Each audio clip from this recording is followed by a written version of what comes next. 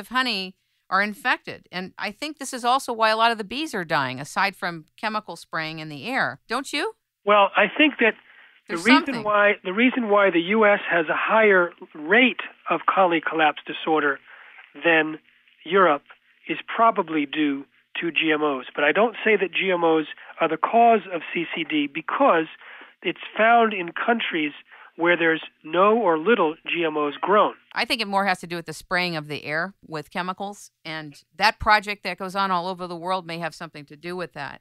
There's some other evidence related to something called neonicotinoid seed treatments or insecticides. What happened is this. There's a certain rootworm that attacks corn, and when they tested the genetically modified BT corn designed to kill the rootworm, it turns out that it didn't do a good job in the beginning when the seed was most susceptible. And so they figured out a way to take certain insecticides and apply them to the seeds themselves so that they act in a time-released manner over the first few weeks of the life of the plant, so that throughout the plant creates this insecticide. But the insecticides that are from neonicotinoid sources can disorient bees, and they lose the ability to find their way back to the hive. And so one of the aspects of colony collapse disorder is empty hives. They don't necessarily find thousands of bees dead in the hive. They find no bees. And it turns out that when they banned these neonicotinoid seed treatments in Italy, colony collapse disorder disappeared in every case except 2 or 3 places where they had used seeds created from the year before that still had treatment. In addition, they found that they couldn't figure out the vector as to how the bees were actually getting this insecticide. But then they figured out that when these worker bees are fanning the queen throughout the night and keeping sort of basically the temperature control unit, they get really tired and weak.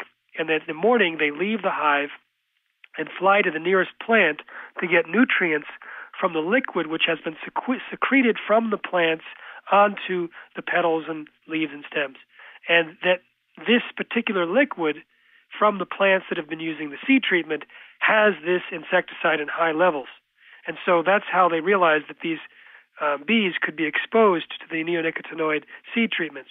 Now, of course, the U.S. is ignoring the evidence and hasn't banned it. It has been banned in several countries in Europe, but it is an absolutely serious situation because bees and their ability to pollinate is absolutely essential in our food supply.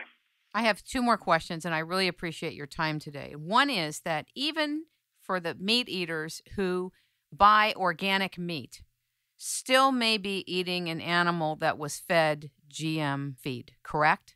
Well, organic, as opposed to natural, organic does not allow animals to be fed GM grains.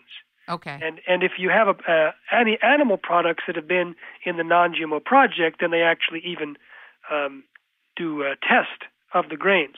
Now, if you buy something that says natural or not raised with antibiotics or hormones or even grass-fed, if it doesn't say 100% grass-fed, it just says grass-fed, they often, quote, finish animals by feeding them grain, and the grain is often GMO. And so the issue is if you want to avoid animals and animal products that have not been fed GMO, you have to buy either organic, 100% grass-fed, or wild-caught. And the last question I have for you has to do with Michael Pollan. What is your understanding of Michael Pollan's contribution to us better understanding the differences between organic farming, let's say, and GMO?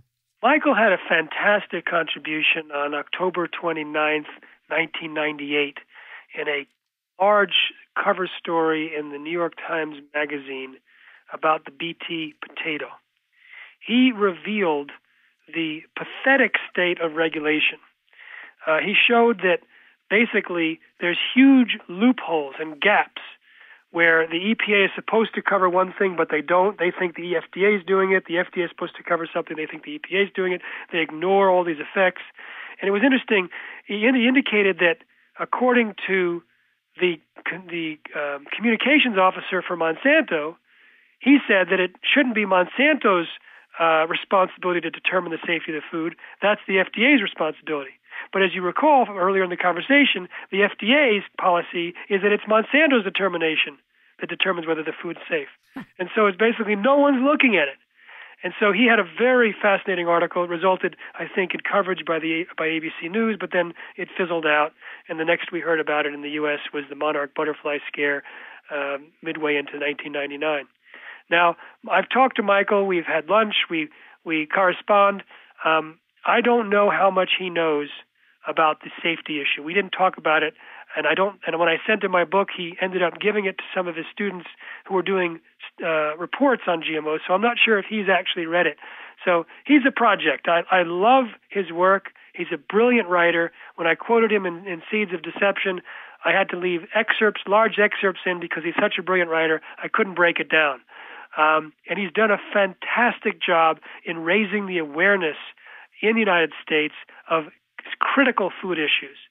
I'm hoping that he looks more into the health issues of GMOs and adds that to his repertoire, because I think that'll go a long way to repairing the system by changing people's choices. Do you think the independent third-party non-GMO verification process, who does that? Is there an organization that does it, or is it multiple organizations that verify that a product is non-GMO? Can you tell the audience a little bit more detail about that? Sure. The Non-GMO Project is the name of the third-party organization that puts its seal of approval on products. It's called, and you'll see a label more and more, especially this coming year.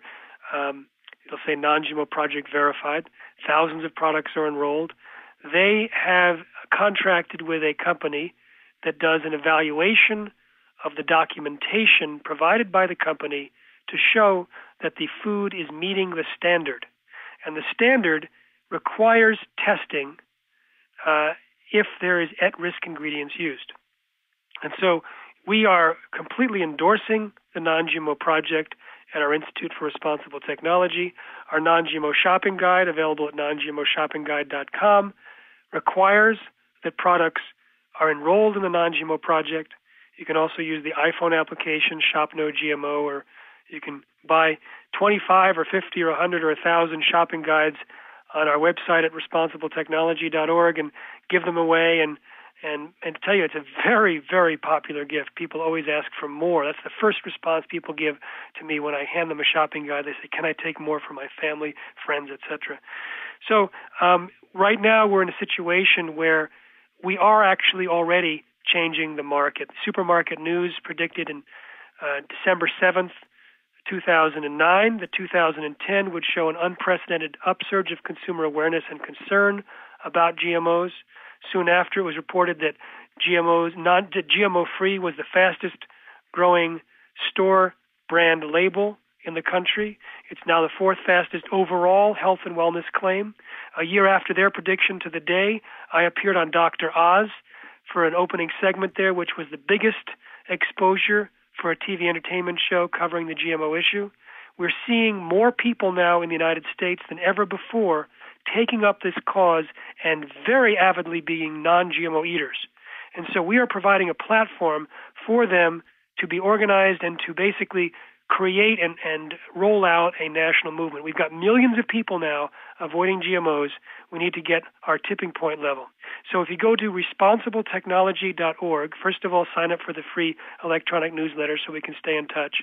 But there's an opportunity to sign up for the Non-GMO Tipping Point Network, which is where you can hook up with people locally or nationally. That's fantastic. And so we're targeting the national action groups are targeting specific demographics like healthcare practitioners and schools and chefs and parents of young kids and green groups, et cetera, and local groups can have non-GMO potlucks and have presenters. We're teaching people how to speak on GMOs. We taught nearly 200 people in 2010. We're starting a webinar series for 2011. In January, we're teaching people how to convert an audience into a local non-GMO action group. We have a network of distribution so that our articles and materials go out to millions of people every month. So right now we are putting together a national network to create the tipping point. So everyone listening to this, the action steps are as follows. 1, buy non-GMO. and that's made easy by the non-GMO shopping guide. 2, go to responsible technology.